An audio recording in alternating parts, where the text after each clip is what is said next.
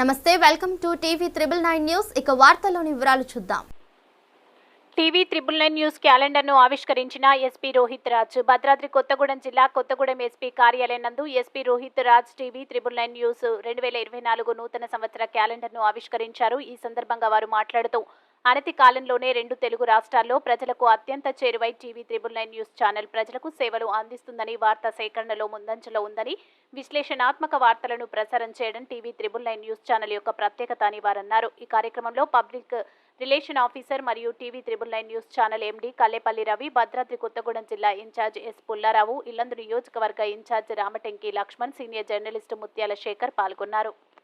మరిన్ని వివరాల కోసం చూస్తూనే ఉండండి టీవీ 999 న్యూస్.